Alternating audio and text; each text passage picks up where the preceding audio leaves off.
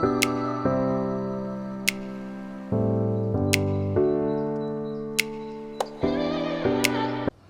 guys, welcome back to my YouTube channel. Thank you for coming. Yeah, so today, just some hours ago, I saw a video on YouTube about seeing a therapist, and then I uploaded on my WhatsApp status. Do you think it's worth it to see a therapist? Oh yeah, I'm holding a compound to with my hair. I'm going to be stepping out later in the evening. I'm going to be on scarf, and I want my hair weaved underneath, okay? And this is quite rough. Okay, so yeah, I remember when I just finished service. That's if you're in Nigeria, you know about youth service. So I remember when we were gonna finish, like a month to us finishing, my friend then said to me, I think I need to see a therapist because I don't know what to do about my life.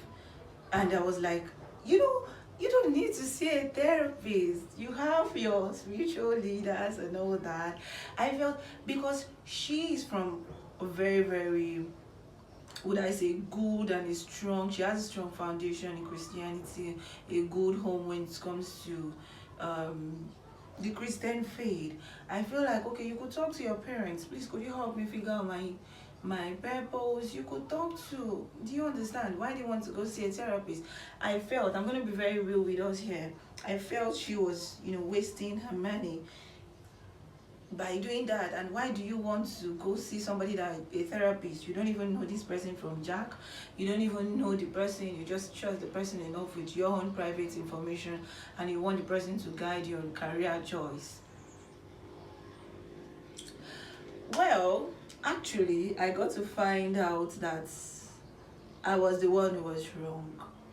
Yes, you have people around you. You have parents, you have your uncles, you have your aunts, you have big aunties, big uncles around you who could always, talk to you about these things. But there is a place for a professional. There is a place for a professional. These people who are therapists, they are people who, majority of them studied, guidance and counseling. They have a degree in these things. They are experienced in these things.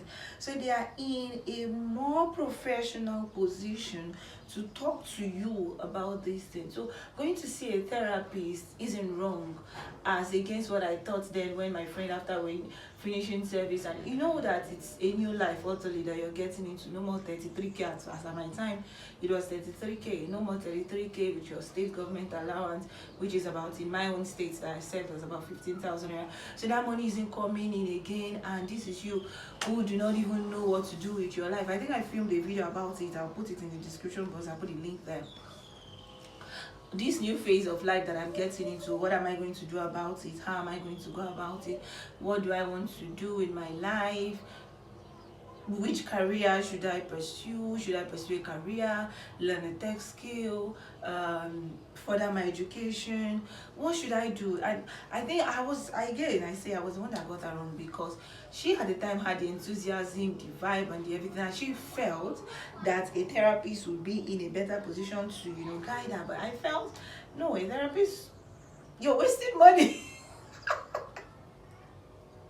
I felt this girl is going to waste her money. Why do you want to see a therapy? You don't even know where this person is from. How are you sure that this person is going to guide you well? But the truth is this: there is always the need, there is always a place that a professional in that field can fill. I understand that, yes, you have aunties, you have uncles, you have, people who have gone ahead of you, and these people are experienced. Well, experience does it, but beyond experience, you need some level of professionalism. And I think this, in fact, it's just their job. So just imagine me now, because I feel like I know what drugs to take when you have an headache. I now put myself in the position of a doctor. It cannot compare to somebody who has burned the midnight candle, spent how many good years learning the medical field, and I just come out of the blues and I say, oh, because I watched my mom give my younger brother paracetamol when he had a headache, now that makes me a certified doctor. No, it doesn't. It just doesn't. It just doesn't. And I think this is a people should learn to Not judge others. If they want to see a therapist, don't even feel like, oh, the problem of the world is on them, that's why they want to see a therapist. It doesn't even have to be that. It may just be a clarity session. And I think we even magnify it by saying, oh, I want to go see a therapist. That session with the person who has gone ahead of you in this field could do to some level. It could do to some level. So yeah, I was the one who got that wrong. And I still remember when, okay, so this now, let's put it this way. So let's say you do not have the money to go see a therapist. How then do you go about it? You're a young person, you're enthusiastic, you finish this path of your life, this phase, and you want to move into another phase. You don't know how to navigate the new phase, and you don't have enough money to go see a professional therapist. So how do you go about it? You could talk to somebody who you know who has proven results. I always emphasize proven results. Who has proven results in that field that you want to venture into. You could talk to such a person. Now that person could be your spiritual leaders as well. That's why people be like, oh, I have my spiritual leader, I could talk to my spiritual leader. Yeah, fine. If you do not have the money to see a certified therapist, yes, you could talk to your spiritual leader. And I remember my friend back then when I was 7, she was like, oh, another friend actually now, she was like, oh yeah, when are you coming home? We now have a new spiritual leader, and yeah, I want you to come meet him. And I was like, okay, I will come to Lagos, and when I come to Lagos, I'm gonna meet him. And I met him, and yes, it was worth it. And today is one of the people that I share deep things with. Like, oh, this is what's happening, this is how I want to navigate this, how do you think I should go about it? And it comes in with that experiential knowledge and spiritual knowledge.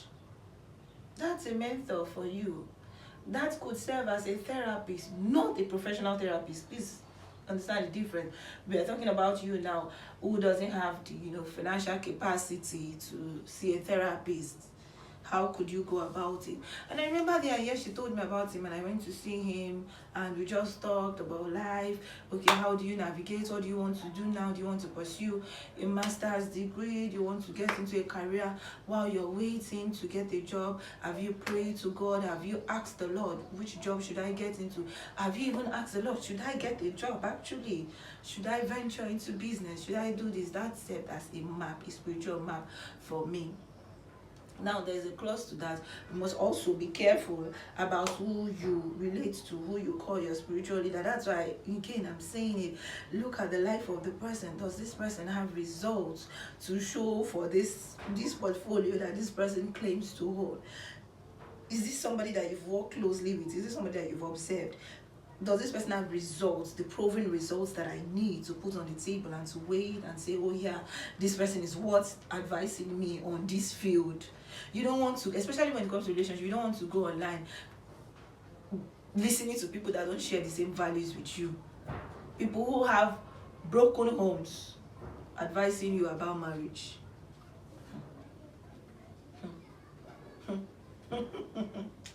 So you want to filter who you listen to. You want